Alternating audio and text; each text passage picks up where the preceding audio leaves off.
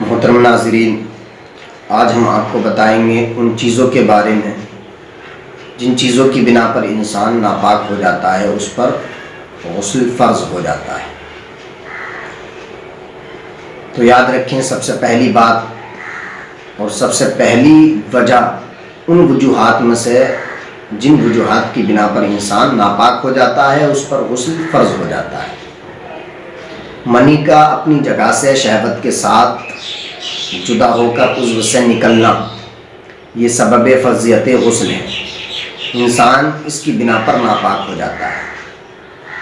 کس طرح کہ انسان کھڑا ہے اور اس پر مزے کی کیفیت طاری ہوئی اور اس کی منی اپنی جگہ سے، اس کی جگہ کیا، ریڑھ کی ہڈی یعنی پشت میں سے انسان کی منی جو اس کی جگہ ہے وہاں سے خارج ہوئی۔ اس وقت انسان کو شہوت تھی، مزے کی کیفیت طاری تھی اور جدا ہو گئی، اور جدا ہو کر عضو سے باہر نکل گئی، یعنی آلے سے باہر نکل گئی۔ تو اس صورت میں انسان ناپاک ہو جاتا ہے، اس پر غسل فرض ہو جاتا ہے۔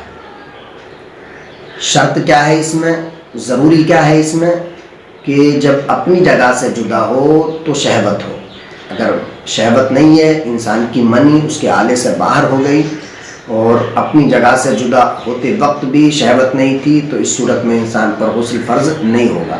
جیسے انسان بڑی اونچی جگہ پر کھڑا تھا، منزل پر، دومنزلی پر کھڑا تھا، نیچے گر پڑا، منی نکل گئی ساری، تو اس صورت میں انسان پر غسل فرض نہیں ہوگا، وضو ٹوٹ جائے گا اگر وضو سے تھا تو۔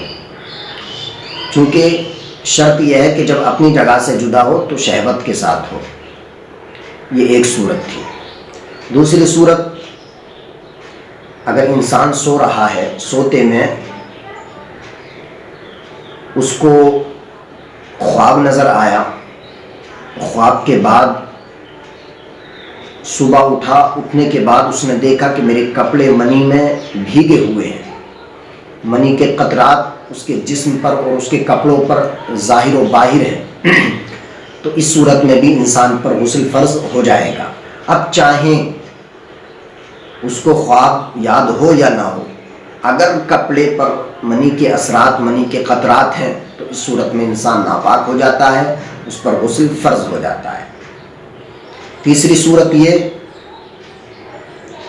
کہ التقاء ختنین یعنی میاں بیوی دونوں کی شرمگاہوں کا ملنا، آپس میں کانٹیکٹ ہونا، تو اس سے بھی کیا ہے، انسان پر، دونوں پر غسل فرض ہو جاتا ہے۔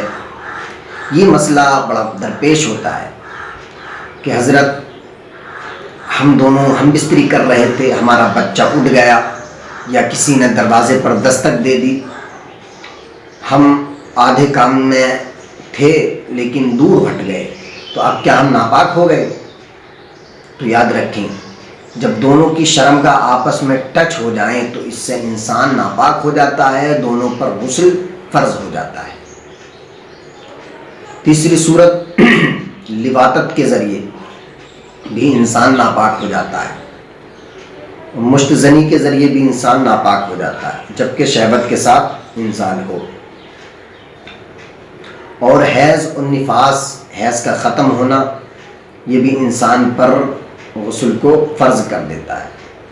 نفاس کا ختم ہونا یہ بھی غسل فرض کر دیتا ہے۔ حیض اور نفاس یہ آپ اچھی طریقے سے جانتے ہیں۔ حیض اس کو کہتے ہیں جو عورت کو ماہواری خون آتا ہے، نفاس بچے کی پیدائش کے بعد جو خون آتا ہے، اس کی جتنی مدت ہے، جب خون کی مدت ختم ہو جائے، پوری ہو جائے، تو اس کے بعد عورت کو اسی وقت نہانا ضروری ہو جاتا ہے، اس پر غسل فرض ہو جاتا ہے۔ اور بھی صورتیں ہیں غسل کے فرض ہونے کی، جیسے مشت زنی، اور انسان دیگر فعل بد کے ذریعے بھی انسان پر غسل فرض ہو جاتا ہے، جبکہ منی اپنی جگہ سے جدا ہو شہوت کے ساتھ، یہ شرط ہے۔ اس صورت میں جتنے بھی فعل ہوں، تمام صورتوں میں انسان پر غسل فرض ہو جاتا ہے۔ اب یاد رکھیں، کچھ جہالت انسانوں کے اندر یہ بھی پائی جاتی ہیں، بعض لوگوں کے اندر اور میرے سامنے بھی اس طریقے کے کئی مسئلے آئے اور میں نے ان کو بتانے کی کوشش کی، لیکن چونکہ آباء و اجداد سے جہالت چلی آ رہی تھی، ماننے کی ان کو جرت ہی نہیں ہوئی، ماننے کی کوشش ہی نہیں کی۔ لیکن جب دلیل میں نے ان کے سامنے پیش کی، قرآن و حدیث کی روشنی میں ان کو سمجھایا، تو انہوں نے میری بات کو تسلیم کیا۔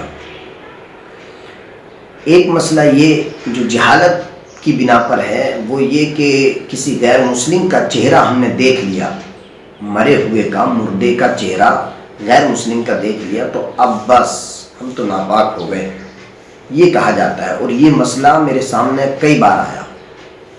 میں نے کہا کہ بھئی نماز پڑھو، تو حضرت وہ ہم اس کا چہرہ دیکھیے تھے، میں تو کیا ہو گیا، ناپاک ہو گئے، معاذ اللہ۔